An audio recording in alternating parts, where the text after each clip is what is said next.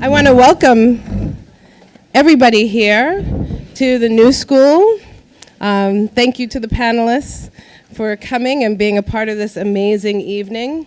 So I'm Michelle DePass, and I am the Dean of the Milano School of International Affairs, Management, and Urban Policy here at the new school. So I want to particularly welcome, as I said, our panelists, but particularly welcome Manhattan Borough President Gale Brewer. Thank you for coming. She's not here. Okay. All right. She's en route. She's en route. Well, we're going to thank her for being en route and for getting here. There's a lot that's happening on campus tonight. There are 3 events, actually, that I'm going to. We have events around climate, we have events around historic preservation, we have prospective student events. This is a hub where you're sitting right now. This is a hub of activity right now. But what this really is about is a fantastic co-sponsoring relationship between the Center for New York City Affairs, which is a gem at Milano School, and the Historic Districts Council and the Greenwich Village Society for Historic Preservation. So thank you very much for coming together to be able to help us to put on this event tonight. So the Center for New York City Affairs, if you don't know, many people are returnees. The center has this wonderful, they're blessed with the opportunity that they send out an invitation or an event and a room fills. So if you don't know, the Center for New York City Affairs really is a place where students and faculty, community members, and elected officials can meet to discuss ways to improve city government. And Milano, if you don't know, is a place where we really tackle big social, economic, environmental, and political problems in real time. Our curriculum is interdisciplinary and project-based. And we have one of our faculty is on the panel here, Rachel Meltzer, and she's a fantastic example of the amazing faculty that we have here at Milano. So I want you to enjoy your evening. If anyone is interested in learning more about Milano, there's admissions information on the table outside. And I'm going to turn it over now to Leo Blackman, who is president of the Historic Districts Council. Thank you.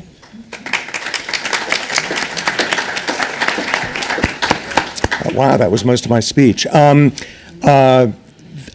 filling in for Simeon tonight, and HDC, if you don't know, is the advocate for over 500 grassroots preservation groups, and we support historic neighborhoods across the 5 boroughs. Thanks again to our incredibly smart, beneficent panelists, and to all of you for coming in large numbers. I've lived in the East Village for 25 years and have observed that whenever an old building falls, affordable units are replaced with luxury condos or a dorm or a hotel. Mom and pop stores are lost to Walgreens, Starbucks, and Citibanks. These changes simply price out longtime residents, neighbors, and businesses. So our topic couldn't be more timely. For a year now, the Real Estate Board has waged a PR campaign trying to bamboozle the de Blasio administration by laying the lack of affordable housing in New York at our feet. I hope tonight we can shed some light on the actual relationship between preservation and affordability. So enjoy.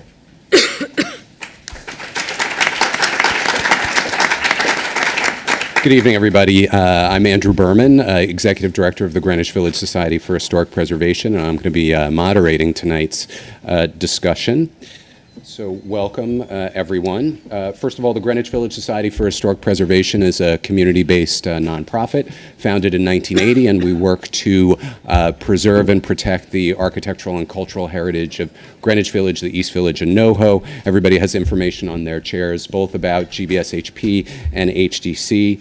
I want to thank HDC for all their hard work to make tonight's event possible, and the new school, of course, and all of the co-sponsors of tonight's panel discussion who are listed in the information on your seat. Hi, Roberta. I just want to briefly tell you about the format for tonight. We are going to be hearing from what is now 4 and hopefully will soon be 5 really sterling panelists on the issue of affordable housing and preservation. I will be asking them questions. They will be providing brilliant and pithy answers. And then we will be turning it over to you to provide us with some questions to ask them as well. We're going to ask you to do that on the cards that are on your chair. And I believe that at about 7:15 is when somebody's going to come around to collect them, and we're probably not going to get to all of the questions. This is being live broadcast on the web, and folks who are watching it are being encouraged to tweet in questions, so we're going to try to read some of those as well. So don't be disappointed or insulted if your question is not one of the small number that we get to. We know there's going to be a lot of great questions. We're going to try to get a good assortment of them and wrap up by 8 o'clock. So just to set this up briefly, affordability is an issue that we've heard a lot about in New York City. It was the centerpiece of the recent mayoral campaign and has become a centerpiece of the mayor's promised agenda. But we've also heard a lot from real estate interests and even some elected officials that affordability and preservation are somehow in conflict, that preserving historic buildings or neighborhoods somehow causes unaffordability.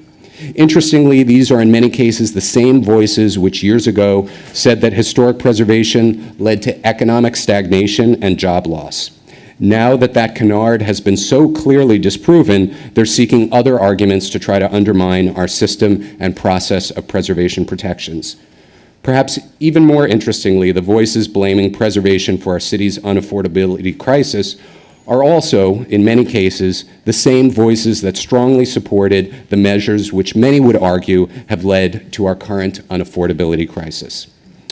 Rather than leave this debate to the self-interested and well-funded real estate interests, we in the historic preservation realm decided to bring together just some of the experts on affordability, experts in government, advocacy, housing creation, and academia, to hear from them what the real causes and challenges are, what some of the solutions might be, and what the real relationship is between preservation and affordability. So I have the great pleasure to introduce to you some of those experts we'll be hearing from tonight, starting from on my left, your right, Councilmember Rosie Mendez, who represents the 2nd District, Lower East Side, East Village, Gramercy, and Murray Hill. She, of course, began her career as a tenant organizer and on the New York City Council has served as the chair of the Committee on Public Housing and on the Landmark Subcommittee on Housing, Land Use, Health, and Lower Manhattan Redevelopment Committees. Next to her is Harvey Epstein, who's the project director of the Community Development Project at the Urban Justice Center and an associate director of the Urban Justice Center. Harvey is also the tenant representative, or a tenant representative, on the New York City Rent Guidelines Board since earlier this year.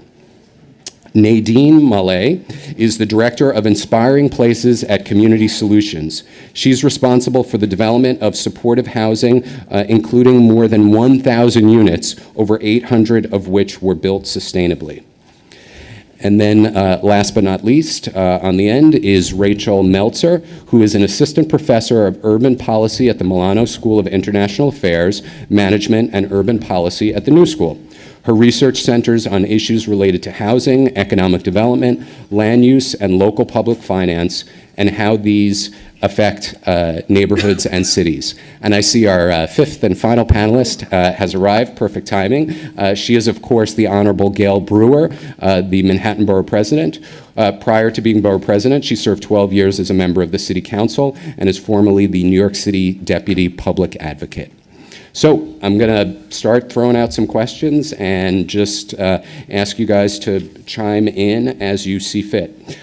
So, and by the way, these questions come from a variety of sources who we've been discussing these issues with in the preservation world, the housing world, et cetera. Let me start with a very general open-ended question. How much of our unaffordability crisis comes from the loss of existing affordable housing, and how much comes from the failure to create new affordable housing? Okay, I'll bite. I think it's multi-pronged, and it's not just one thing. In there also, I think we need to add in, which you didn't say, is the weakening of our rent regulation laws. So with the laws that were weakened, 1980? 93, 97. 93, 97, yes.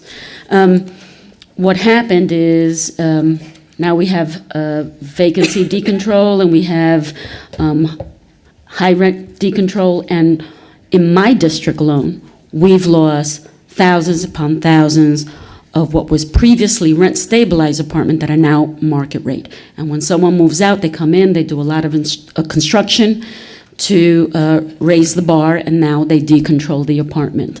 The last 12 years of Michael Bloomberg didn't help us, because I also feel that they weren't building housing at the various income levels that we needed it. And we were just seeing a lot of market rate housing, a lot of which is sitting empty at this moment. I can just jump in from today as an example. Others will know, Harvey and others, the exact amount, but it's 100,000 or more in the last decade in terms of loss of rent regulated. But let me just give you an example today. So today I was meeting with a Mitchell-Lama that exists. A new owner came in 6 months ago. And this new owner, it's 432 units. There are 15, all affordable right now, rentals, middle income. And these units have 15 vacant units ready to move into, but the owner will not rent. And they have about, 10 or 15 units with water damage, little bit of repairs could be rentable. So there we're sitting, right now as we sit here, that's quite a few units that we all desperately need, affordable, not being rented. Multiply that times lots of others, because this building is now very stressed out with the 300 and some units occupied, and the owner wants them to go private, which would mean that there will be constant knocking on the door, asking for money, you want to move. At the same time, they'll get some vouchers, they'll get some what we call LAP, which is a landlord program that you can stay stabilized. But we will lose very soon half of those units. That's just one example. So then the question is for all of us and for the administration, state and city, how do you keep it in the program? Easier said than done. So I just want to say that's a real life example of what happens and how you lose the units. Nobody's doing anything illegal, but it is exactly what I would love to stop in terms of the policy. I'll jump in and speak, I guess, a little about the new construction piece, because I completely agree. I think there's two things going on that kind of exacerbate the problem. So we're losing these units out of the system, but at the same time, the production of these units is not happening fast enough. And one of the biggest impediments really is the cost of land here. So, nowadays the cost of land maybe takes up a third of a cost of a project. The supply of land isn't increasing in the city, and the way historically in the city that we were able to produce a lot of affordable housing was that the city actually owned the land. They had lots of land, and not only pieces of land, but they had large swaths of land. So they were able to develop affordable housing also in neighborhoods. They were able to come in and basically have an influence on how these neighborhoods were being built and the affordability of the units going in there, and that's not the case anymore. The city's not in the position to offer up the land. They're certainly not getting more money to do it either. The federal government has moved away from building affordable housing.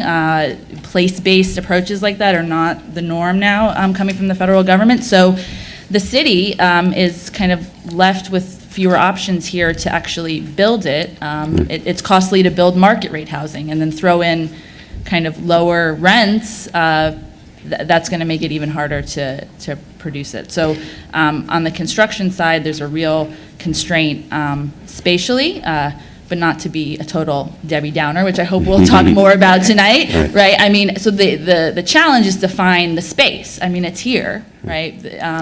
The space to, I guess, meet the increasing demand. So on top of that, people still want to live here. People are coming here, procreating here, and so the population is growing, and so we have to kind of meet that. At the same time, which is probably another conversation, incomes haven't been going up. So we're seeing this pressure on prices, rents, and even if maybe we could keep up a little, we're not seeing a similar trend on the econ side. So I think it's kind of compounding that we're losing this, and at the same time, it's hard to build up the supply when the costs of building it are Let me ask so a prohibitive. follow-up on that, because you raise a good point, and I know Harvey wanted to jump in here. So if the city has given away in one form or another so much of its public land, so that's no longer much of a resource in this regard,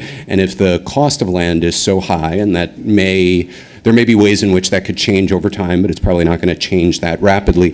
It seems like that would point to that one of the most effective strategies would be to try to stem the loss of affordable housing as much as possible and as often as possible, given that we're losing thousands of units every year. Do you agree? Do you disagree? And if so, what are good ways to do that? How can we do that? Go ahead. So I want to go back to the first question first, if I can, Andrew, and then we can tackle the second one. I actually feel like we have 20 years of failed housing policy in this city. If you think about the $7 billion that the Bloomberg administration spent on, there are 165,000 units of affordable housing. 97% of those units are not going to be affordable forever. They're going to be affordable for 20 or 30 or 40 years. And the idea that we're spending this money without a long-term housing plan is a real mistake. And so what we've seen is the production of units that don't stay in this community. So we're exacerbating the problem. I really have to support what my councilwoman just said, Rosie Mendez, about state laws around, repealing the Eurostat law on rent regulation. We've lost, we think, at least 250,000 units of affordable housing. And that's through government inaction. How is it government inaction? There's been harassment of tenants, and government doesn't respond. Their Department of Buildings are allowing self-certification and construction in buildings that result in serious problems, vacate orders, problems throughout the city, and government doesn't act. We allow self-certification to happen. We have HDFCs, low-income co-ops, and they are allowed to be sold for $1 million, as the borough president and I talk about on a regular basis. And these sales for $1 million that we've been talking to about for decades, where we lose affordable housing because there's no government oversight. We have in the Special Clinton District, we have opportunities for anti-demolition and anti-harassment provisions that we could expand larger areas across the city. That doesn't happen. It really is government inaction. So that's one piece. The second piece about, how do we preserve these units? I think there are really simple formulas here. There are, no one will opt out of the Mitchell-Lobban program if it's financially viable to stay in.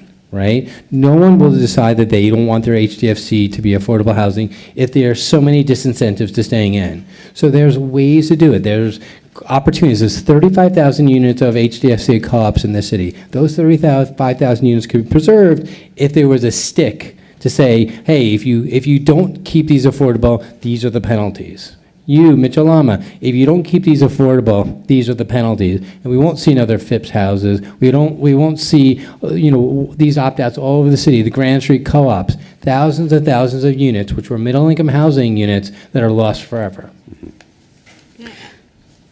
I completely agree that sort of the biggest way to ensure affordability is to maintain all the units that are currently affordable, that they are maintained. But in regards to your previous question on building affordable units, there are very few lots that are available or existing buildings that are available. And what it's doing, it's creating an environment where nonprofits are bidding on projects and land, having problems here, against for-profit developers. And that there are some incentives for nonprofits to be able to bid on this, bid on the same lot and have comparable prices, because you can have a boosted FAR. You can build more if you're a community facility than if you're a for-profit developer. But then there's issues with that, because then you're building higher and you're changing the landscape of a neighborhood. So it's really difficult right now to build affordable. There's no easy answers. There's no easy answer. I think it's really a marriage of all of the things. And there are some opportunities for sure on where we could build, but nothing that's kind of just straightforward. Right. Rosie? So I think the way we stopped the hemorrhaging, or we could have stopped the hemorrhaging of our rent-regulated apartments and our other affordable apartments, if Seffer Teach Out had gotten 50.5% of the vote. But without that, the reality is, and so now I'm going to date myself, when I graduated from college, 1986, to go do tenant organizing, the problem was the Republican Senate. 30-something years later, it's still the Republican Senate and now the IDC, right? So I have very little faith that we're going to be able to do anything at the state level to really help us stem the tide here. My conversation with Senator Liz Krueger, she said, look, the Republicans, they unabashedly say, why should I vote for rent regulations? I don't have a tenant in my entire district, and they get all of their money from Rebney and the real estate industry. So that's what Liz Krueger is dealing with. That's what we're dealing with. In that front, I don't see, I think it's going to take a longer time for us to make some change. And Rosie, can I just make sure I'm hearing you correctly? So you're saying that Rebney, the entity which is making all this noise in New York City about how we have to do all these things to help with the affordability crisis, like get rid of landmark designations, is actually helping to fund elected officials in Upstate Albany Republicans. do Yes, the you can things look at that their filings. get rid of the Correct. affordable housing in New York City. Correct. Interesting. And at the city level, one of the issues that I had to deal with in my first term, about 8 years ago when I first got in, was the 421A tax abatement. So if you're a native New Yorker, you remember in the 1970s, the city was broke. The president lost his reelection because he told us to drop dead, right? And what happened is a new mayor, Mayor Ed Koch, came in and created a lot of incentives. He created the 421A tax benefit to incentivize construction because everyone was leaving the city. So that was the 1970s. Why in 2006 do I have to vote to give tax abatements to individuals who are building luxury housing? We didn't need to incentivize construction. As a matter of fact, we needed to stem the tide because all I did, and what I'm still doing, as we were at the Board of Standards and Appeal today, is for the last 8.5 years is fight developers, their construction noise, building out of scale, building out of character, and I pointed to Andrew because we were at the Board of Standards and Appeal on a case that we have been there for 7 years. Hopefully, we're going to get a resolution. Looks like in our favor. But this is what we're dealing with. Right. They don't incentivize, if we need more affordable housing, really building that. Right. Okay. Rachel and then Harvey. Yeah, I just want to, I guess, respond to two. So I think the efforts to preserve these units that are, I'm going to broadly say, opting out of these various programs. I mean, I think one of the things, though, in my, and I accept that you all probably have more experience with this than I do, but understanding that each project is probably unique and different in its needs, right? And one of the first steps would be flagging these. I mean, right, because you need time, I would imagine, to work these out, right?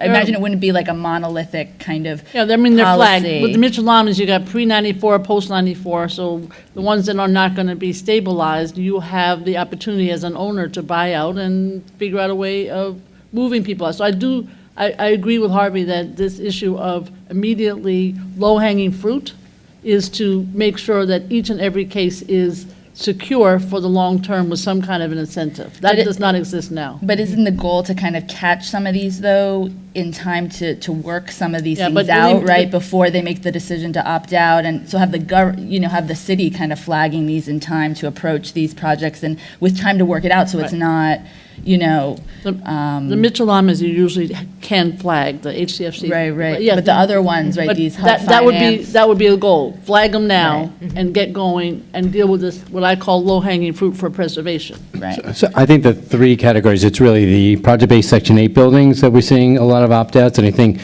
those we get some notice, and it requires a lot of work by elected officials and community-based organizations, where there could be a systematic approach. The Mitchell-Lama program, the HDFCs, those are kind of things that if we had a kind of comprehensive response, I think we could deal with those preservation issues. Yeah.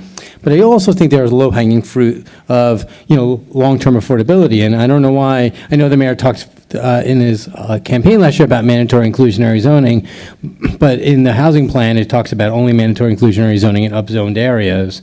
But if we had mandatory inclusionary zoning across the city, that would be the opportunity to create and preserve affordable housing across the city. And that's really what we're talking about. We're talking about opportunities to create and preserve affordable housing across the city. And I understand that land values are high, and I think that's real. And what we need to be doing is thinking about opportunities where nonprofit developers need to come in. We worked with HPD on our project in the Bronx where there was a for-profit entity who owned buildings.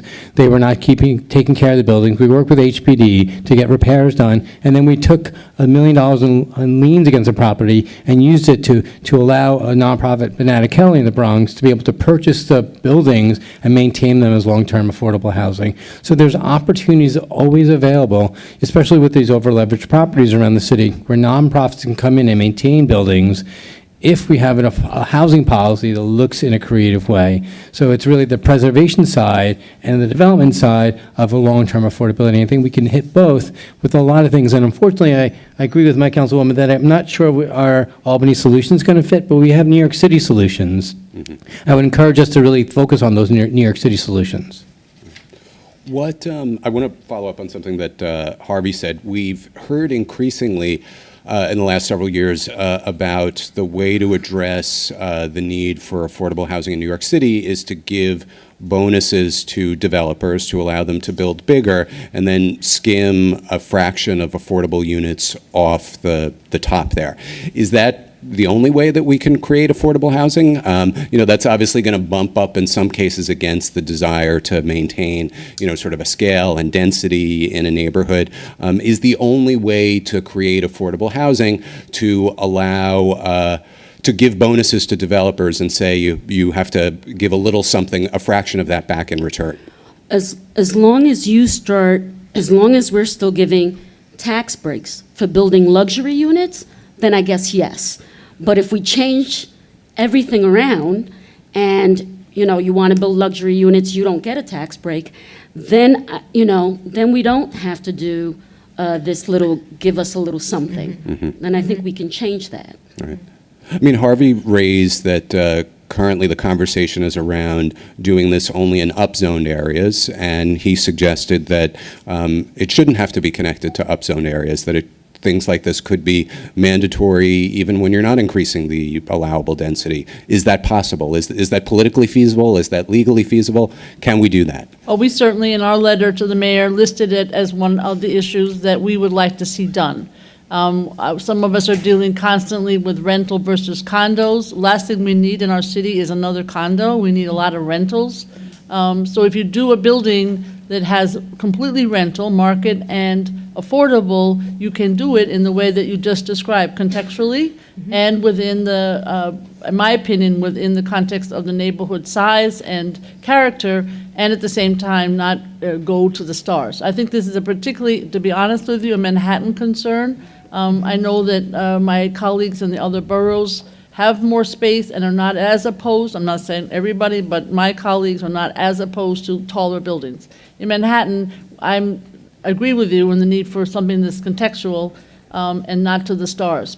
So I do think, there are opportunities for doing what Harvey suggests, and I'm 100% in agreement. You can stick to the size of the building, make a bit less money. We also have NYCHA. NYCHA, under the Bloomberg administration, was a disastrous proposal to build what we called infill. No input, no discussion, high income, not clear that it was permanent, affordable. And out of scale. And out of scale. But there are some, we're doing one at Harvey View on 55th Street. It's going to be working with HBD, 100% affordable, in scale, with the residents and the community board.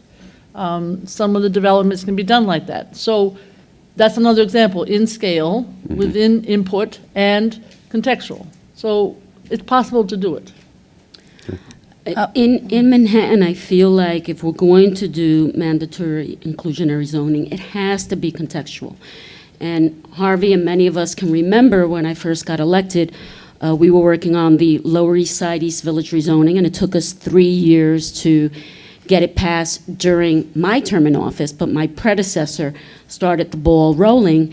And by the time I got into office, I had everyone who was behind the rezoning on separate ends, because we saw all this out-of-scale development, and a lot of the affordable housing developers were saying, no, we don't want inclusionary bonuses because the buildings are just going to be too big. So we ended up, many of us, for several weeks, just sitting in someone's living room, trying to figure out what would make sense and what we could live with. And it was a compromise, and it was really all of us getting together and figuring out, because if we didn't come up with something, we were going to lose the entire character of our community.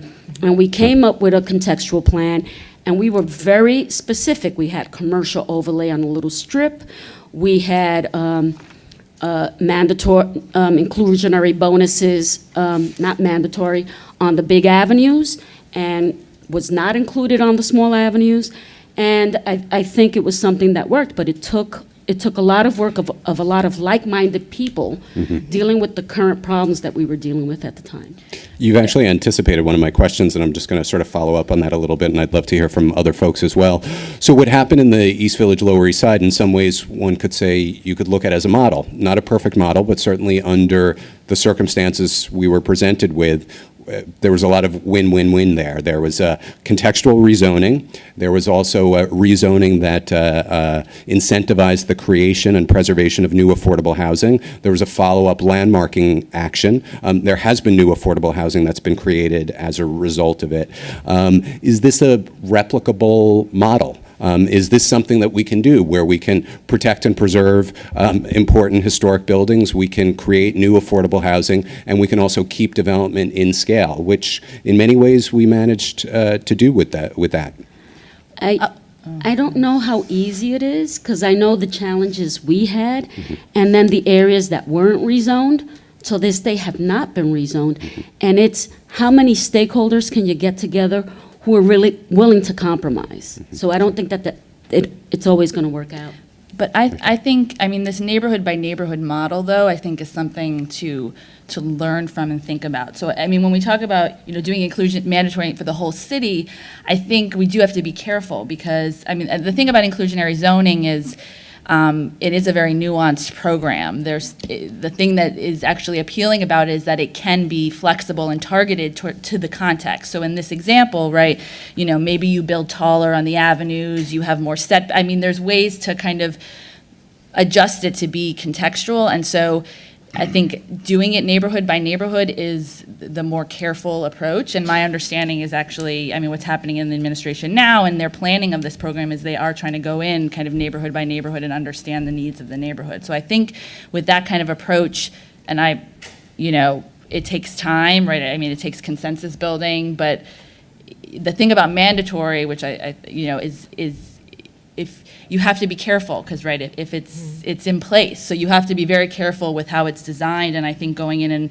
recognizing the unique needs of each of these neighborhoods is important. And I also think in the context of if we're going to build up, it is important to not look at one building at a time, to think that it's in a larger neighborhood and space, and that if we're going to build up in one part of it, then maybe another part maybe is not as dense. I mean, so there's kind of a more holistic view of who's going to kind of bear the burden of the density if you view it as a bad thing. And I just want to go back to one comment about, kind of the trade-off between, density and affordability, which always comes up. And I think the finances of it and really what inclusionary zoning is based on economically is that it does require density, because that's exactly what is subsidizing the kind of either, mixed income or lower income, however it shakes out, is that you need that extra scale, or in the case in Manhattan, often it's the case that you can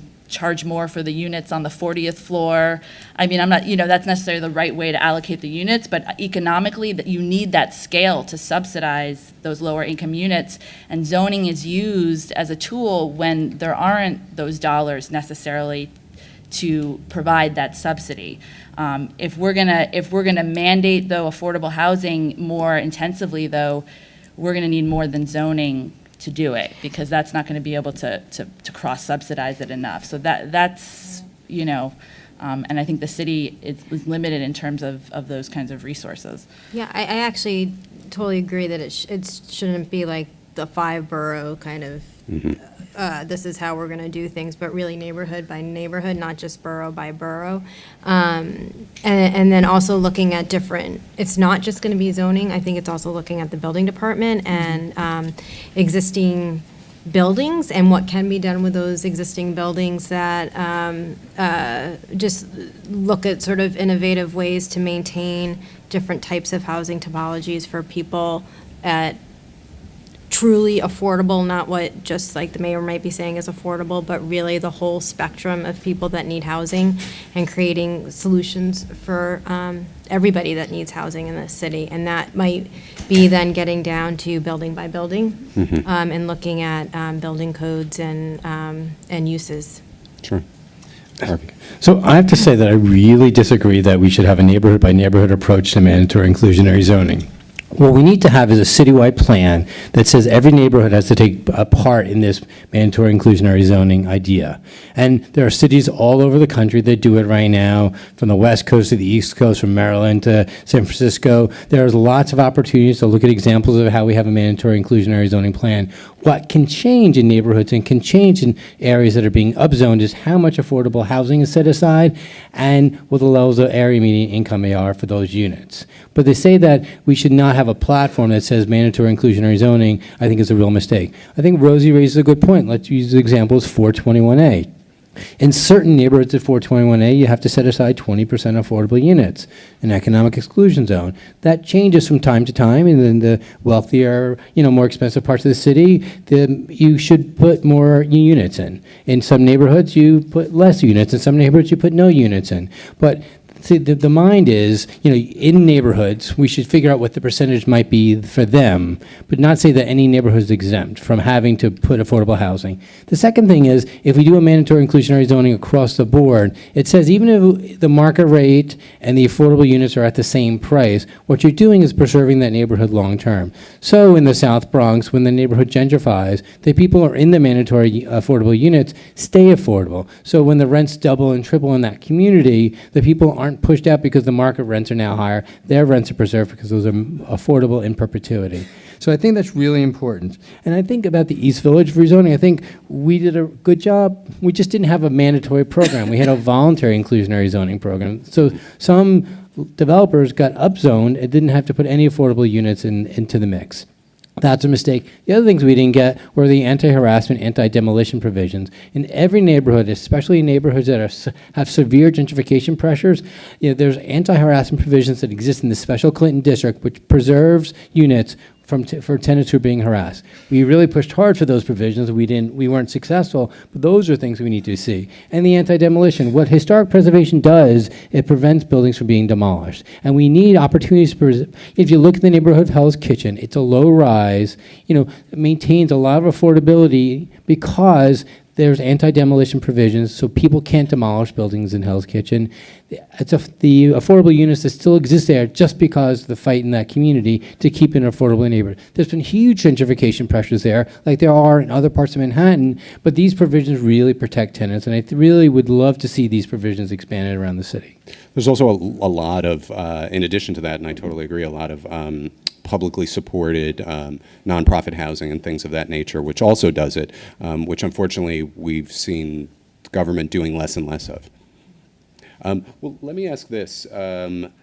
So, if you look back historically, and again, sort of drawing locally, going back to 1927 when the first, publicly supported housing development in the country was built in the East Village, right up through the 1970s, an enormous amount of affordable housing was built in New York City, largely with some kind of government support. And now the shift has the focus has shifted almost completely away from how does government help make affordable housing happen to how do we get developers to do it? What sort of bonuses do we give them? Is that an irreversible shift? Have we just given that up? I mean, when you were talking about before, Rachel, that it's necessary given the cost of land, in the past, government sort of shouldered that burden. They provided the land, they provided subsidies, things of that nature to make it possible. Is that just a dream from the past, or is that still possible? Well, I think, I don't think we're going to find hidden land somewhere, unfortunately. But yeah, but I think, so there's conversations around things like tradable development rights, which is basically using airspace and using that to find space to build, right? This is actual space up in the air to build in. Now, the government doesn't necessarily own that air. It's owned by that property owner. Now, it turns out that a lot of government buildings have a lot of airspace because they were built a long time ago. They're maybe not built to their full capacity. So government does have that kind of in its possession. But what government can do with those kind of tools is it can be kind of a coordinator, or it can provide a framework or kind of context within which those kind of tools can be used. So no, I don't think government's going to come back and be able to be the developer of public housing again. I honestly think that this is a paradigm where we're going to have to think of public-private kind of collaboration here and find a way to work together. But that said, I think there are innovative ways that government can come in and use its power. Zoning is another one. Zoning is a huge power that local government has. Again, it's not ownership per se over a plot of land, but it's this power to be able to hopefully direct activity in certain ways. So I think that's, in some ways, moving forward, is going to be the role of government to find out how it can be, the coordinator in that way. But there is government funding in developing affordable housing. That hasn't gone away. Is it adequate? No. And so it really has been, and it's harder and harder to get federal, state, and city funding to develop any affordable housing, but it's still available. And really, it's figuring out how to marry that funding with private funding and tax credits as part of the mix, and historic tax credits as part of the mix. And that is, I just closed a deal in Washington, D.C. There were 16 different sources of funding, primarily different. I think there was 5 sources of private funding, and then the rest were different types of city and state and different parts of HUD to fund the project. So there is still money, but we can't rely it's never going to be like 100% federal funding. I just want to say that, the Congress is not interested in supporting us, so we understand that there's no Section 8, which of course helps with the rent on the ongoing basis, not the building of, but the ongoing. When you do see this, 52,000 homeless, 23,000 children, and you talk to the providers, then in the past, either between an Advantage program or Section 8 voucher or Section 8 in place, for the whole building, you were able to move families to these buildings. So, but that's not available now. That's a huge challenge. So I do think that we have to do much more locally. The single-room occupancies, those are buildings that I know. There are hundreds, if not thousands, of vacant units in Manhattan in the SROs as we sit here today. Now, what should government be doing? In my opinion, we should be giving, because if the owners maybe they can get $800 a month, $400 a month for the room down the hall with the kitchen and the bathroom, which low-income individuals have lived in for years, because I've been working in these buildings since the 60s. The fact of the matter is, I believe the owners would need, either they become a nonprofit, as Harvey suggests, or the owners would need some kind of an abatement to make those rents, make the building work. And there are people living in them. So I don't need to be on and on about them, but I think what I'm trying to say is we have to do some early planning to answer your question, whether it's citywide mandatory or neighborhood by neighborhood mandatory. We have to do, even if it's citywide, we have to do some local planning to figure out, okay, this SRO needs this kind of treatment, this Mitchell-Lama needs this kind of treatment, right? And we have to work with the community boards and local organizations to do that, because there's no magic wand from the state or the federal government that I can see that's going to do it. So we really need to come up with some creative ways. There are low-income tax credits that are historic. I know that there's a developer doing renovation of Philip Randolph houses in Harlem using historic, tax credits that are applicable to that historic site. But not every single, I wish I was getting in trouble with Rebney. I hope the whole city would be landmarked, but I get in a lot of trouble. I get in so much trouble, so I'll leave that. I didn't say that. But the fact of the matter is, without a lot of government funding, that we are not going to be able to do what we could in the past, which I think was your question. But I think it's also looking at the way in which, I mean, this is a policy change, but the way in which our city or states function and where they put the resources, and can we actually create a system that is putting the resources to house people permanently and sustainably, and not cycling people through a system that isn't always successful for them. I think we also have to look at our history. If government isn't building the housing, then they really have to incentivize it. And when government was building the housing, like in public housing, they weren't building affordable housing. That wasn't their end goal. Their end goal was to get people working. We were in a depression, and if you go to First Houses in my district, Landmark, there's a plaque that talks about how this was in the federal works program. So we need to be clear now that at all levels of government, it seems like we don't want to incentivize the building of housing, though we still need more jobs, so one would think maybe you can merge the two. Right. Going back to the proposal last year of the Bloomberg administration to do this infill housing, the big part of the problem, leaving that there wasn't tenant participation, really involvement. The big problem was we were talking about building huge developments, huge buildings, most of them in sandy impacted lands that were going to be resilient while the rest of the developments were not. So in Smith houses near One Police Plaza, they were talking about putting a 50-story building, 1,500 units. I don't know how many families and people that would be. And the percentage that was affordable, the residents who lived in public housing didn't qualify for them. And another issue that my friend who's now the public advocate, Tish James, raised, that for those individuals that were middle income and living in public housing that might qualify for it, income-wise, a lot of them had bad credit records and we would be prohibited and at some point would not be eligible for those same apartments.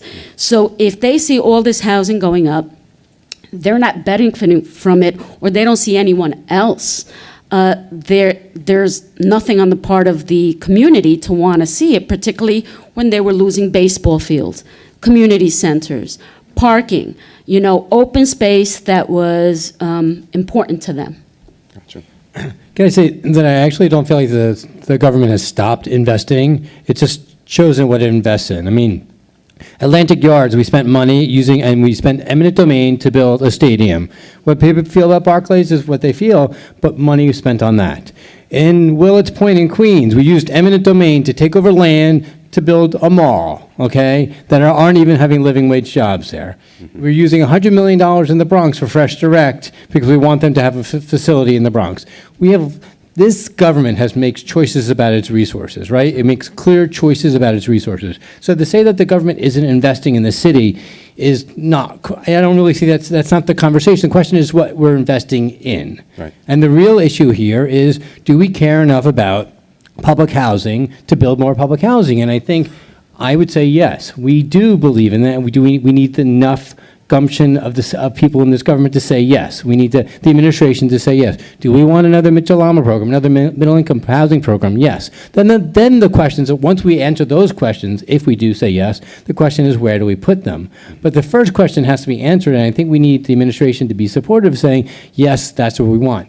Another example is, in this city, we have a lot of illegal basement apartments. There's the idea that people are living in, what's now not legalized units. Those units could be legalized. We're talking about hundreds of thousands of units, and, in places where they could have, like on Long Island, they have regulations about mother-daughter apartments, where they're legal basement apartments that could have lots of legal units that could be rent regulated and protected as affordable units, if we decided that we thought that was a priority and that we have those units put on the market. So there's lots of ways to get there. We just have to want to get there.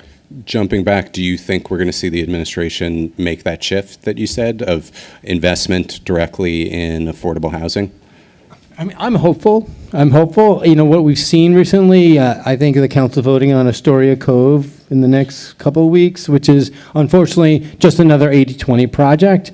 And so I hope we're going to see more than 80-20 from the administration. I hope we see substantial investment in affordable units, because I think this is the opportunity and this is the time to do it. There's a platform that lots of groups are supportive called Real Affordability for All, which is talking about 50% affordable, especially in upzoned areas, including places like Astoria Cove.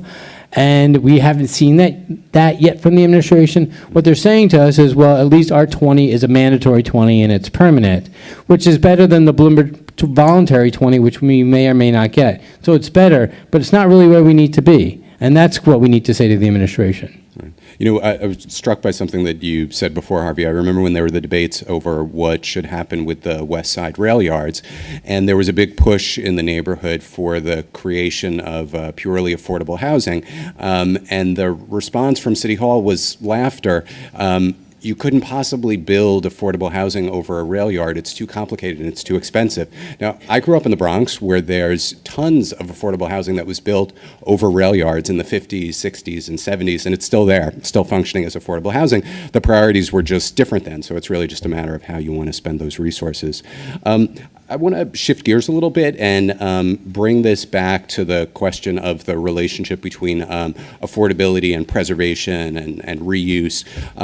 Several of you on the panel have been involved in projects or developments that have to do with the reuse of existing buildings and turning existing building stock into affordable housing, making it permanently affordable. What is the relationship between the existing built environment and a long-term affordability plan? Is it an impediment? Do we need to get rid of what's there to build new affordable housing? Can we use what we have and turn it into affordable housing or make it permanently affordable? How can that work? So, having built affordable housing in buildings that we've landmarked, yes, it's 100% possible, and it is a great way to fund the gap using historic tax credits. So it actually is a means to an end, and it also creates true quality housing for the residents that live there. The buildings are wonderful examples of the history of our city, and there's a real sense of pride of place for the residents that live there. It actually, the few projects that we have that are registered really were catalysts to the neighborhood change. So I was not involved at the Times Square Hotel. My boss, Roseanne Haggerty, was, and that absolutely changed the narrative of the Times Square. She didn't foresee the sort of Times Square becoming like Disney. But the historic, the Times Square Hotel is just an absolutely breathtaking building. And the same with the Prince George, which is on 28th. The building that I started on was the Christopher, and we had talked about this earlier, right. So tried to look at, that was the old YMCA in Chelsea, and trying to actually landmark that building as well.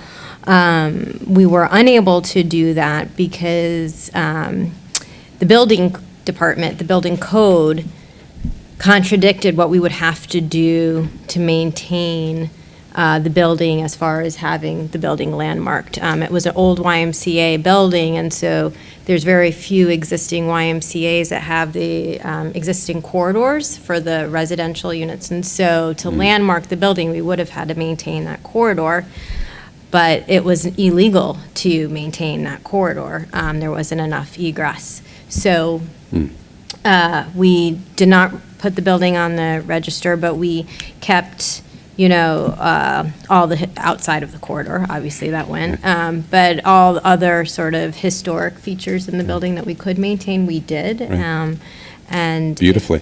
I think it's another beautiful building. So. Yeah, I just want to say the three examples you gave, the Prince George, the Times Square, and the Christopher, are sort of perfect examples in rapidly gentrifying or changing areas where beautiful old buildings were taken, given this new use. I think in all cases, they probably were not the most well thought of, or, the Times Square was really, really run down, the Prince George as well. So they became this asset to the community without contributing to the sort of Disneyfication or gentrification of the neighborhood. They became well-run, restored, et cetera. So it was sort of a win on all fronts. I just want to add, because that's another example of low-hanging fruit. I mentioned the Philip Randolph houses, which are being developed in Harlem with the same tax credits. And I think, again, part of our strategy, starting early with each neighborhood, okay, which buildings are in a situation where the tax credit could be applicable, and that we could, in fact, go for that as an example, using the funding to renovate for the example that you just gave. That kind of almost building by building is not being done. We're going to try to do it in Manhattan with the community boards, with technology, overlays, GISs, and so on. But it's retail, because we don't have the overall funding that we need to do it on the grand scale, but that's what we need to do. I don't think there's any other way, but the tax credits are really worth it. The other, I think, point of entry, right, I think it's interesting to think about how to use the landmarking historic preservation as an entry point to affordable housing. So these tax credits are one, and the other one is going back to the mention of TDRs, or tradable development rights. So the Furman Center at NYU, I'll give a mention to them because they've done some really good work on a lot of these issues, but they've looked a lot at TDRs, and in particular, a special kind of, I guess, I don't use the word privilege, but that landmarked buildings or areas can possibly use their available air rights in maybe different ways or more flexible ways than just any building. And so a lot of, they've been thinking about ways to use that again, that if these are landmark buildings, that we're not going to necessarily change the envelope of that, but they have these air rights, can those be used to develop, in the area, preferably affordable housing. And again, that gives us, maybe the density we need or the scale we need to make some of these units affordable. But it's, again, using historic designation as an entry point to do it with, to kind of, in the end, produce some affordable housing in the neighborhood. I just also wanted to keep an eye out for being really creative. A good example of this is after 9/11, LMDC funds were used by Asian Americans for Equality. They took $100,000 per unit to be able to buy properties in Chinatown, again, to have leverage against the market. They were given an economic advantage because LMDC funds were going to supplement what they had. It's a good example of using government dollars to leverage long-term affordability and short-term government dollars. The same thing could be said for Sandy funds. You could leverage Sandy money in neighborhoods, in Lower Manhattan or other parts of the city where there's Sandy affected areas. You could leverage funds that may be not intentionally purposed for this, but to repurpose it to say, hey, this is how we preserve affordable housing. We'll work with our nonprofit partners to use that money to be able to find long-term affordable housing options. The other thing is, I think we should be thoughtful about two things. One, about government land. When we talk about government land and what we should be doing with government land, I'm really concerned. I think what happened last year with the Knights infill raises some serious red flags. If we can do it in a way that we've seen on the west side of Manhattan, where it's really community participation, we can see about long-term affordability, that's great. When we see it when we're going to close a library or close a post office because they want to build an NYU dorm, those are really different things. And we've seen both happen in this city, and we got to be mindful of making sure that it isn't the NYU dorm, so we can have another 800 students living in a neighborhood, versus where we see it and we're getting 100% affordable housing at AMI levels that we care about. That's really important. The second thing about this transfer of air rights is something that we should be thoughtful about, because you hear this a lot about taking all these little half FAR, and putting them together. That just means we're going to get the density on a certain property. That's basically allowing a developer to sell unused FAR and sell it to another developer to build a bigger building. That's kind of what we're thinking about. So if we can figure out a way that creates a higher percentage of affordable housing, that's a conversation we can have. And we're thinking about it so we can just look at building out-of-scale buildings in this city. And that's what we see a lot of proposals talking about, coupling these air rights and kind of pushing it to a certain part of the neighborhoods.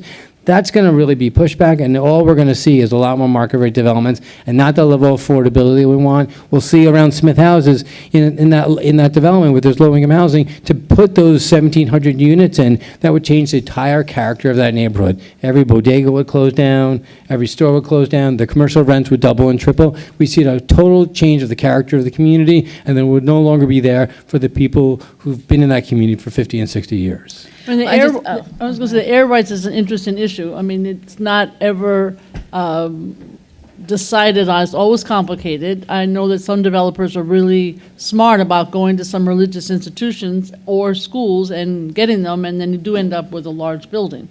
As an example, though, how do you, as a community, we're going back to what we're trying to do, is plan early. Example, the post office on 32nd Street, which is, as you know, being developed for a train station, has a lot of air rights. And they are out there now, as we sit right here, shopping it to the neighborhood.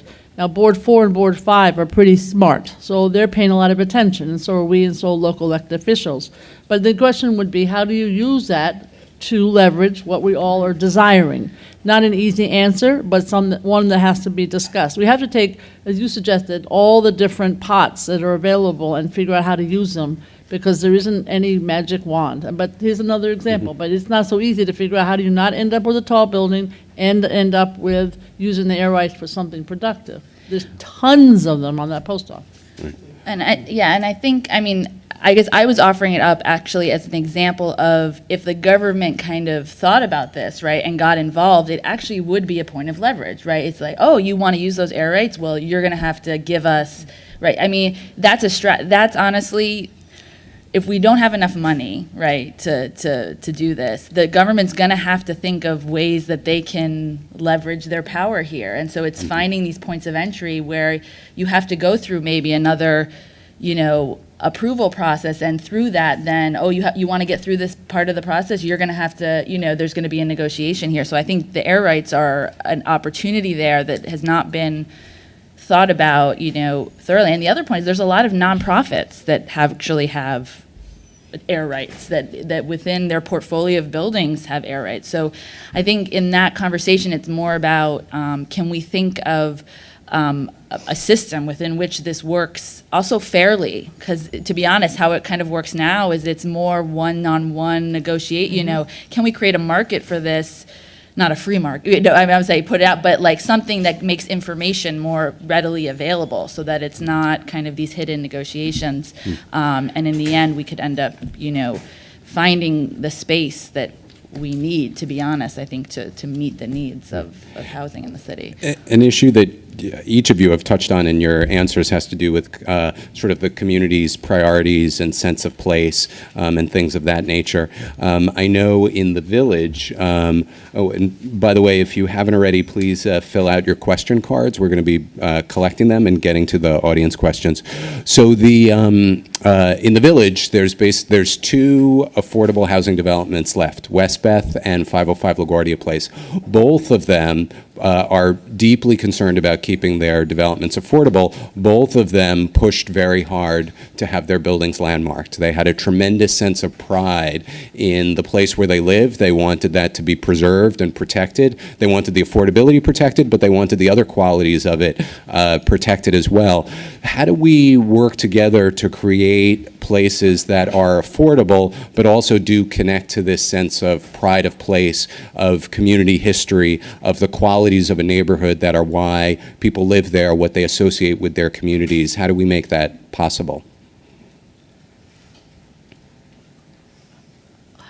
I mean, you work with Andrew Berman to get it done, is what I would say, because everybody's scared of you. I mean, I'm the issue of historic district and landmark, I am way out there. So I am, I just would work on it the best you can. You have a new landmark situation, a new chair, you have to start over. I don't know what happened in the past, but that's what I do. I'm bullish on this issue, as you know. Mm-hmm. So that's the only, I think it helps economically because you can in fact use some other possibilities in terms of long-term, people, the reasons people don't do it. I'm always surprised because these two are certainly to me between place and history, they would make sense. I don't know the answer to your question, and I don't understand why things like that are not made a historic district or landmark, personally. I think we need to start talking about the successes, like the St. George, Westbeth, because the conversation is always that they're not, they're incongruent. And when this new legislative session started, I was really afraid, because that was the conversation going on in City Hall between the chair of land use and the chair of housing and buildings, and they were both on the same page. And I'm like, well, if this is what happens, we're not going to be able to preserve buildings, beautiful buildings, and preserve character of communities, because we're going to see a lot of out-of-scale development. And I think when I went back to speak to people, I spoke to, so the chair of housing and buildings is Jamani Williams, and the chair of land use is David Greenberg, both from Brooklyn, both have different political philosophies. And when I went and I digged a little bit, they were getting fed this from Rebney, that if the mayor wants to build all this affordable housing, you can't do it and continue to landmark and have historic districts. And some of my colleagues were falling in step with that. So I think we have to change the dialogue. We need to control the dialogue, and we need to show the success stories where it has happened. Sure. And certainly in the East Village, there's a great history with that, the Cooper Square Committee, which was formed in response to a proposal to basically demolish much of what is now the East Village, and they said instead we want to we want to keep these buildings, we want to keep them affordable, and there's been tremendous successes there. So even sometimes without landmark designation, often without landmark designation, but often with, you see that happen, this wonderful combination of maintaining affordability and maintaining the history of the neighborhood. If another thing that has been hit on several times is cases where there are regulations that you feel sometimes might impede either maintaining affordable housing or creating affordable housing. I'm wondering if any of you who've had experience with that would just toss out one or two examples of where you've bumped up against that. Nadine, you mentioned in the creation of some of your housing, sometimes there were some issues with that. On the Bowery, there is a old building built in 1906. It was built as a lodging house. It was built as a lodging house. It was a lodging house, and I think after 1950, you were no longer allowed to build lodging houses in the city, and it really actually created originally, it created a place for workers who were coming into Manhattan to work on railroads to have a place to stay Monday through Friday, and then they usually went home on the weekends. And then the elevated train was built on the Bowery, and the Bowery really went into disrepair, and they became the flop houses and were really just horrible places for people to live. We purchased a lodging house and decided to look at the model of creating transitional housing or housing for people who didn't want to go into the shelter systems, and really looking at how this housing topology could actually benefit people. No questions asked, they have a place to stay, and actually change a lot of things that were in there, the infrastructure. It was not a good place to sleep at all.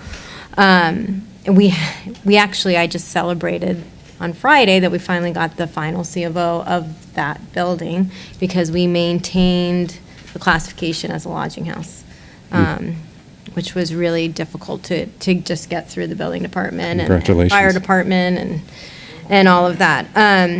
But what's important about it is that it's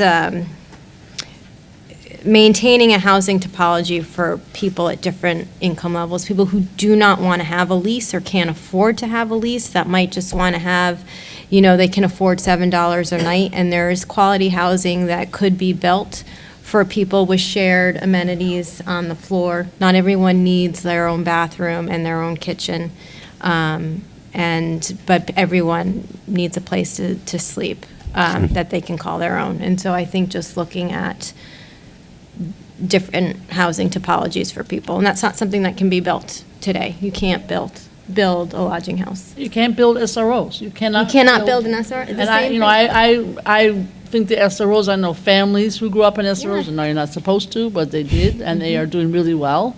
And you cannot build an SRO today. That whatever that thing is that's being built, expensive, that tiny little room. The thing. micro unit. That's not that's an SRO, which is bizarre. Very expensive SRO. But why don't we just build regular SROs? They could deal with so many singles. So I don't understand that. That's a regulation. And I think the other one is just looking to be sure if you change the certificate of occupancy, which is often happening, from an SRO to an apartment building, you're then destroying the opportunity for this ongoing affordable housing, which could be run in with different kinds of housing incentives or by nonprofits. So, all of there are lots of impediments that are really low-hanging fruit, in my opinion. Right. So I want to ask the flip side of that, which is that we got a lot of questions about this. What are some examples of when there are government regulations that are actually not being enforced but should be, that are contributing to these affordability problems, losing units, units not getting created because we're not actually enforcing the law as it exists? Well, I mean, that's an easy one. Go ahead. I mean, really, that's, as Gale just said, I think it's a really easy one. There's so many laws that aren't enforced. I mean, I can't tell you buildings that we've represented where a landlord says it's a vacant building, they're going to do a gut renovation, and there are people living in there. In my neighborhood, you'll see, oh, the landlord's just taking out the stairs as the tenant walks out of their building, right? So the ability, because there's self-certification in the apartment buildings, there's all these problems that are created for all these rent-stabilized tenants. So harassment happens on a regular basis. The Attorney General filed a case 2 weeks ago against, which one that we were working with? Croman, and I forget the other one, too. Because they're doing this all the time. They're violating the law, and it takes the tenants speaking up to respond. So government isn't playing a proactive role. So there's all that going on. Up until 1996, you couldn't self-certify everything. Basically, what Giuliani changed was allows developers to self-certify anything. Before, it used to be, okay, you did change the plumbing, you could self-certify that. But you can self-certify anything. So that allows, so if you need to have a tenant safety plan when you're doing construction with tenants in place, no one has a tenant safety plan. So there'll be dust all over the place. They'll take out the stairs, they'll take out elevators. Bathroom ceilings will crash in on people. People get injured all the time. They'll put up illegal stories on buildings. They'll do whatever they possibly can to build because they think they're going to get new rent tenants in, and they don't care what happens to the existing tenants. So there's really no infrastructure in place. Now, HPD is in a good place because they have units available to help tenants. The buildings has nothing in place to help tenants who are going through all these problems. Yeah, actually, I think the Bowery is actually kind of a great example. The majority of the Bowery on the upper stories were lodging houses or SROs. There is maybe one other outside of the building that I worked on that is still being maintained. People were incentivized by landlords to leave for small amounts of money so that they could just vacate, and then condos could be built, $1 million condos built on those in those upper floors, and there was no regulation, there was no oversight about what happened to the people that lived in the lodging houses or SROs on the Bowery. The Bowery is totally different. Yeah, I mean, the seniors also, they get so Yes, panicked. seniors. They get so panicked, and they do move quickly and knock on the door, a little bit of money. I don't know where they get go. scared. They get scared. And unless there's, somebody organizing from Urban Justice or Goddard or another great program, they leave. So it's a very hard issue. I think also this issue of predatory equity is, again, it's not low-hanging fruit because it's hard to deal with, but it's rampant. I mean, if we lose all of Peter Cooper and Stuytown to, I don't know what, that's an unbelievable number of units, not to say we already don't have markets there and students, but all of these projects need attention fast. I just want to add one thing. I think we assume these are private contractual relations, and that's where we're making a mistake. It's not a private relationship between a landlord and a tenant. These are units that we as a government and we as a city have set aside because we care about the people who live here. It isn't that these are all private deals and a landlord can say, I'll buy you out, so I'm going to make $5,000 off that unit a month, or I'm going to do this to make this happen, or you can sell your HDFC for $1 million because we don't care. These are resources that our government has put into property all over the city, and then the government has abdicated its responsibility. And the reality is, we need more help. And, we've seen a little right now with the HCR with their tenant protection unit, but they have 6 people protecting 1 million rent-stabilized tenants. So they're bringing cases, and we're looking at maybe getting another 30,000 units re-regulated, but that's with 6 people. What if we had 60 people or 600 people? And we have a city budget of, what was it this year, Gale? $75 billion, okay? So that's $75 billion of our tax dollars we spend every year, and what do we spend it on? And we're making choices. And then 54,000 homeless individuals, 26,000 are families. We're spending money on them. Right? Mm-hmm. These are real dollars and real costs, and it's choices. So if we really want to buy land, we can spend some of our money and buy land. We can spend some of our money and say, you know what, we care about schools and post office, and when we build, we're going to make that a requirement. When we rezone, 50% of these units have to be affordable in perpetuity. Those are choices we can make, and we just have to make those choices. I just want to add in terms of the DHS Department of Homeless Services, I think it's low-hanging fruit to take some of that money that is used for transitional housing to use it for permanent housing. Now, I don't think that's a challenge. You can't do it for families. It's a federal situation. But for the singles, you can do that. And that's where I would think the rooming houses or the SROs or whatever you call them could be part of that discussion. We've been pushing that because the single population is skyrocketing. Families a little bit more flat. Gotcha. I'm going to ask one final question before we turn it over to the public for questions. We hear from a lot of quarters that if the city simply lifted restrictions on building, if developers could build more and be freer to build more, this would be a more affordable city. Do you agree or disagree with that contention? Disagree. Disagree. Yeah, I can't imagine how that's even possible, but... You hear it a lot, though. Yeah, it seems bizarre, like the idea that if we lift our restrictions, we'll lose 1 million apartments. Those people will live we don't know where, and then all the NYU students that are around are going to then take those and make those affordable. No, those $1,000 apartments are going to be $3,000 apartments, and so maybe the 5,000 will go down to 4,000. There's still going to be an unaffordable city. It's going to be too expensive to live. And I think you need to look at our homeless population as mostly families, and it's because there's not enough. And I feel we've had the proliferation of development. It's just not. Sure. Well, their argument, of course, is if we just, sort of free up the market and let more and more get built, it'll eventually all trickle down to the rest of us, and the city will become more affordable. Well, let's look at Boston, really. We should look at Boston as an example of what happened. When they ended rent regulation in Boston, what happened to that city? Build and build and build, and where are all the low-income people in Boston? Well, they were pushed out. They were pushed out to the outer rims. They, parts of, gentrification that happened in Boston it felt like it was overnight, and that's what would happen in New York if we did what they wanted. Right. Well, thank you, guys. I'm going to now turn it over to the public. So here's an interesting question. Could a tax abatement or credit or exemption or cap for landlords of existing buildings who preserve low-income tenants be created, perhaps by eliminating 421A for luxury units and giving it to landlords that preserve affordable units? I'm just going to say others could talk about 421A, but this is what I would actually advocate for some of the rooming houses or SROs, where there are large buildings, 400 rooms, and maybe 30 or 40 people living there currently. I can understand that you're not going to make money when you're charging, because this is what you can do legally, $400 or $500 a month. you need some kind of an abatement. So I do think that's an example of something that we can do locally that would in fact keep people in their homes. I mean, it is, in my neighborhood, on the west side of Manhattan, $3,800 or $3,700 a month is what is paid for a single room by the city of New York. That's a fact. So just think how much easier it would be to pay $800 a month, 30% of that income, as opposed to $3,700 for the same room.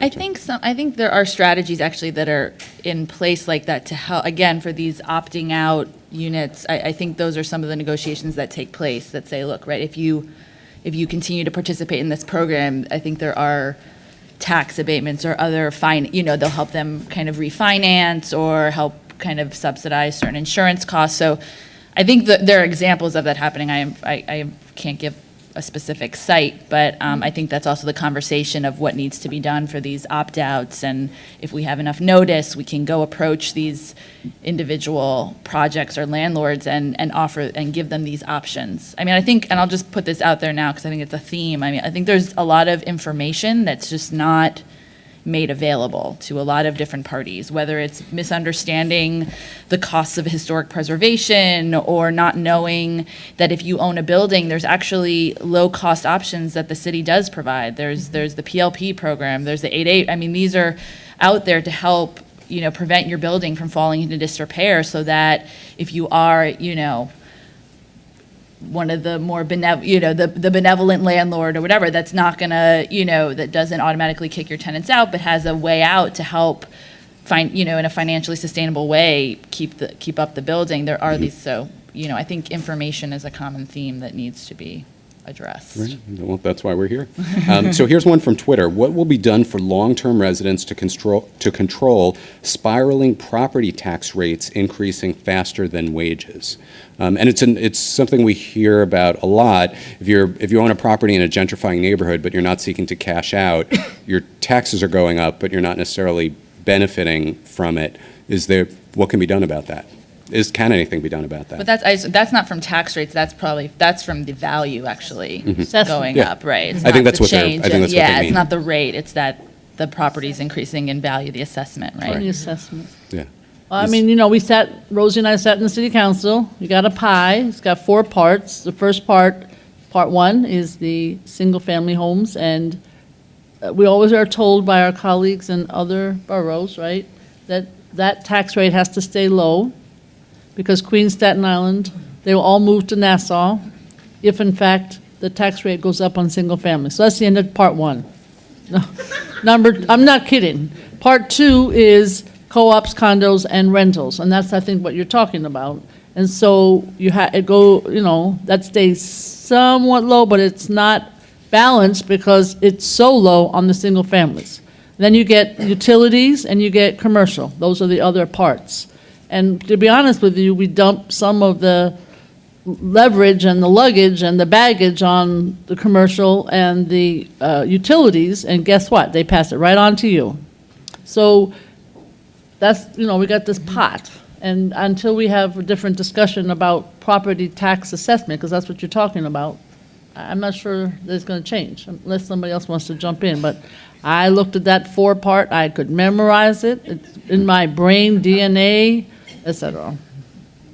Gotcha. And just want to say that the reality is we've seen an increase in taxes across the city, especially in gentrifying neighborhoods because of the assessed values going up, but also we've seen the city's reliance on trying to use real estate taxes as a way to balance the budget, and we've seen that a lot. And that's something actually that maybe REBNY and RSA and we could have in common, saying, let's figure out a balance here of the need for the city to collect revenue, but at the same time need to preserve affordable housing. Because I think that's what they're saying. They're saying the tax rates are going up too high and we can't afford it. But they're not also balancing it out saying, well, if there's a cut in the rate, well, we'll look at long-term affordability for those affordable units. And I think that's where there's some potential to meet. Gotcha. Here's an interesting one. Do historic preservation regulations ever prevent affordable housing from being built or make existing affordable housing unaffordable? Do you know of any examples? I don't know of any examples.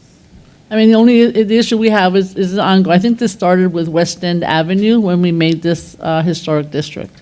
And to me, this is how I look at it. I know that some of the historic district groups are going to be doing a survey, but my understanding is, the way I look at it is when you have a historic district, as large as it or small as it may be, there are, at least in Manhattan, rent-regulated units in that historic district. And so if you start not having historic districts, then they often get torn down or changed, and then you end up with not rent-regulated. Maybe you end up with some 80/20s, you know. So I'd rather have the rent-regulated, the mixture in the building, hopefully, and some contextual. That's an argument, and I need some more data, but to me, that's how it works. I mean, with regulation, there's more oversight, and certainly there's more expenses, but I've never seen, and I think people use that to say, well, then we can't have the affordable, but it's not true, and they're just trying to, like, put the apples and the oranges together just because they don't want to see it happen. Sure, sure. So here's a different issue that we haven't talked about. Could you, what do you think is the threat to affordable housing posed by Airbnb? And what do you think of their gigantic PR campaign? Do you think it's a threat? I think it's a huge threat. I think the reality is it isn't someone taking their second room in their apartment and letting someone from Airbnb stay there. The real threat is to have these large companies taking affordable units off the market so they can have this constant turnover of Airbnb tenants. And that's what we're seeing. These illegal hotels that, Gale talks about at least for the last decade or so. And that's the threat. And that's the reality is that's what they don't talk about. They don't talk about these big corporations who are basically not following the hotel laws. They're not paying their hotel taxes and keeping these units off the market. And part of the reason I think some individuals are doing this is because their rent is so unaffordable, and if they're going on a business trip or on a vacation, they're like, well, if I rent it out, then I could pay my rent that month. So I think that's part of the problem. It just circles around. They want to meet with me, by the way. So have my friends there in the meeting, all right? So we got a lot of questions about Stuytown and Peter Cooper Village, and I'll try to sort of paraphrase them into one. Basically, folks want to know, how can we save them as affordable housing and protect them from condo-minded developers, and how can we get them landmarked? Well, it's across the street from my district, and my colleague, Dan Gorotnik, I walked in on him yesterday. He was having a conversation with the leaders there. You know, if people had paid attention to Dan, and if they had paid attention to all the residents several years ago, the residents put together a bid. They put together what was it, like a $2 or $5 million bid. 4.8 million bid. And the developer, I forget, it's the big developer. Tishman Speyer. Tishman Speyer. $2 billion, right? $2 billion or $5 billion? 5. Okay, so like that's a big discrepancy. And it's like the tenants came together, Dan worked, they took and they figured out how much can they pay to keep their property and pay a little bit more so that they can be competitive. But that was totally out of scale. And the reality is that when Tishman Speyer put that bid together, they were counting on deregulating apartments and not necessarily legally. And when there was the fight back with some good lawyers that protected our tenants and made sure that they were able to stay there, they couldn't profit and they couldn't pay the mortgage off. And part of the culprit was government, Sallie Mae, Fannie Mae. And so right now they are working on this, and the senator who has press conferences every Sunday. Schumer. Thank you. You all knew who I was talking about. So he's working with them to ensure that the federal government doesn't give the house away again the way they did several years ago. But also, the city has a lot of power here. I mean, the city, the real estate taxes on Stuytown are what the leveraging power the city has. And if they want the tenants to buy, and it's not 6,000 units, or Claire, it's 11,000 units, we hear keep people saying 6,000 units, but that's what they say is the affordable units left. We still want to talk about the 11,000 units that actually exist in Stoddardstown, Peter Cooper Village. If they wanted to use that as a power, as a tool to say, well, we will work with you tenants and give you a bid that makes sense, and we will reduce the real estate taxes, they could do it for total tax abatement. They do for many development projects all over the city. That would be the power to allow the tenants to keep those as permanently affordable units. And that's where the city can come in. I know the administration's really talking, and I think there's really great conversations happening, but we need to make sure that this is a priority. That's a place where we could have affordable units in perpetuity if we wanted to have it. It's one example of places all over the city. It's just a bigger example because there's so many units there. Very important example. And the mayor met with the residents recently, and let's hope something positive comes out of it. But it is a really important example. So speaking of permanently affordable, we have a question here. Is there hope to restart building of Mitchell-Lama housing that's permanently affordable? And for those who don't know, that was a New York State program for the creation of moderate and middle income housing in New York from the 50s to the late 70s. It was rental and co-op, which is also important. So it's home ownership, which is important, and rental. I can't think of anything that would produce better or faster middle-income housing in our city. It was the best housing program ever conceived of, and it was a huge mistake to allow the buyouts and the opt-outs that have, just turned some of these Mitchell-Lamas into dorms, to be honest with you. So, I mean, I just gave you an example when we started of a real-life example, 2014, with a buyout proposal, 400 units at stake of 100% middle-income rental housing. So the question is, I think we've all been asking, what will we all do as a city to maintain these 400 units? So I would love to see a new Mitchell-Lama program. It was a time when there was more funding and land and abatements and tax credits and so on, but it is absolutely what our agenda and goal should be. I like to see it. I don't think it's very realistic. The state stopped giving money, and if you even look at public housing, there were state developments, and the state stopped funding it. And the New York City Housing Authority sued the city and state to get the funding for the housing they created that was affordable, and the court said they don't have to pay for it. So it was about 21,000 units in 20 to 21 developments, and the New York City Housing Authority had to eat all the costs of subsidizing those buildings. Just to NYCHA's credit, they didn't demolish those units, which is what's happened in other cities throughout the United States. They demolished the units that weren't getting any funding. Gotcha. Full disclosure, I grew up in a Mitchell-Lama, so I'm very pro-Mitchell-Lama. Here's another question. Are we giving up on preserving rent-stabilized apartments?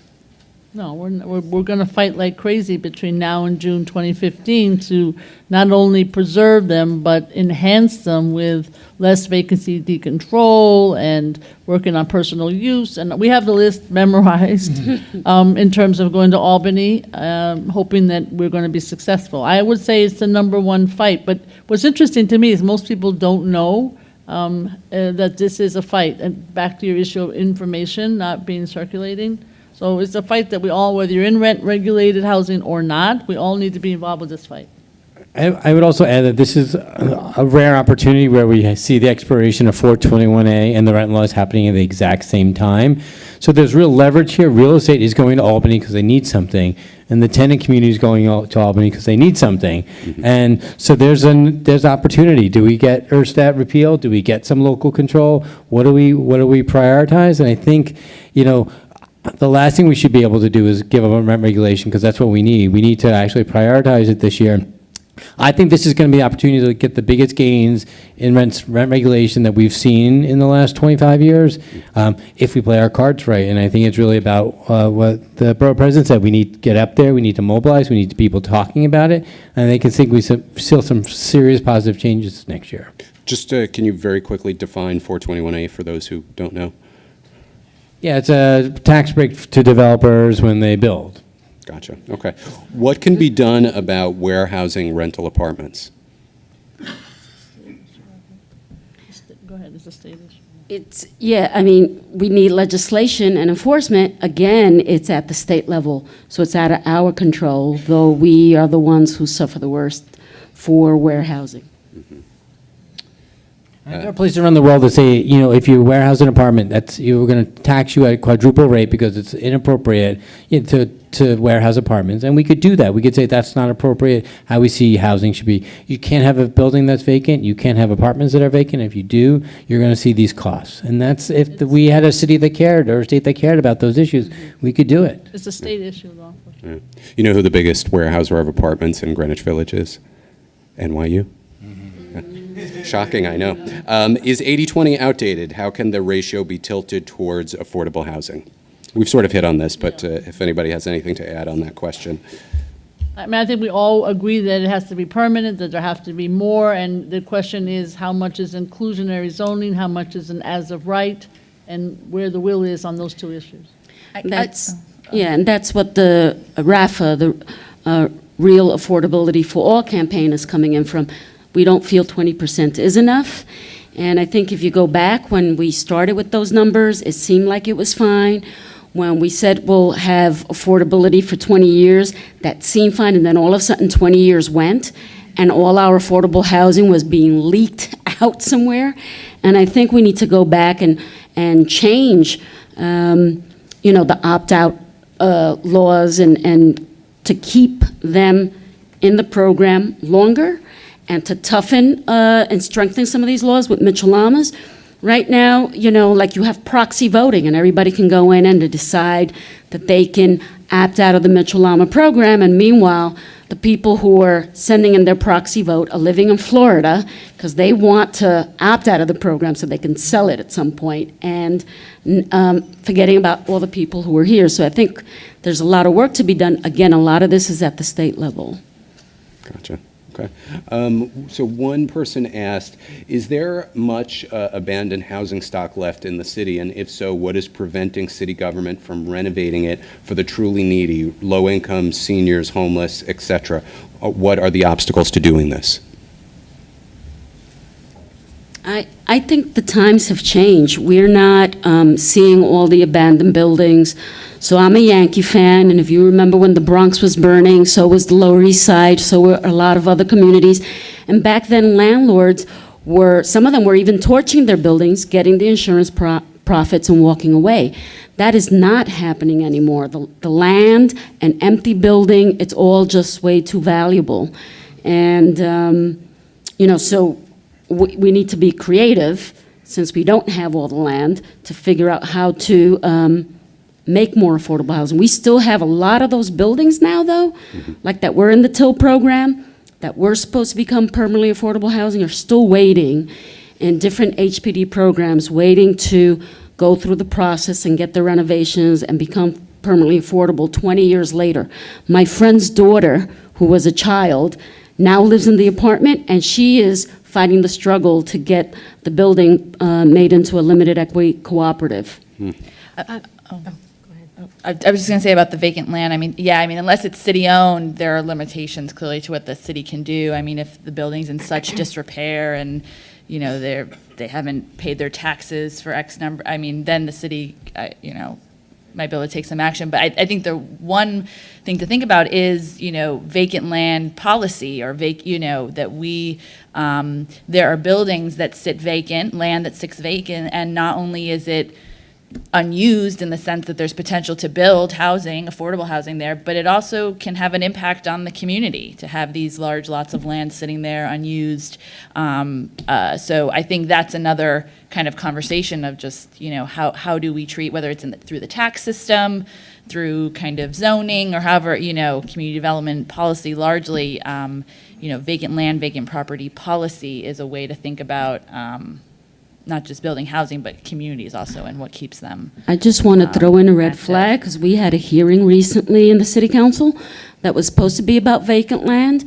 And to my surprise, right, when I'm looking at the list of all the vacant lands, in my community, we didn't consider it vacant because we had community gardens.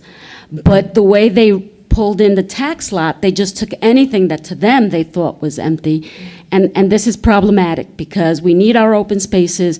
Yes, we need affordable housing, but it's got to be a balance. And they need to get their data correct at the city level. So what I've seen in Brownsville is vacant buildings. a lot of vacant buildings, but they're owned by private developers who just are sitting on these buildings, and want a certain price for them, and the buildings are decaying. And then there's also owners of similar buildings who have like a retail component on the ground floor, but they keep the upper residential vacant, and they could be used for housing. I'm not sure what the issue is there, if they don't want to deal with certain types of residents, fire code, what if there's like second means of egress issues with but it does seem like there are parts of the city where there are vacant buildings that do need to be taken a look at to see what could be done to create affordable housing. Gotcha. Well, here's an interesting general question. What can the average New Yorker do to support and increase affordable housing?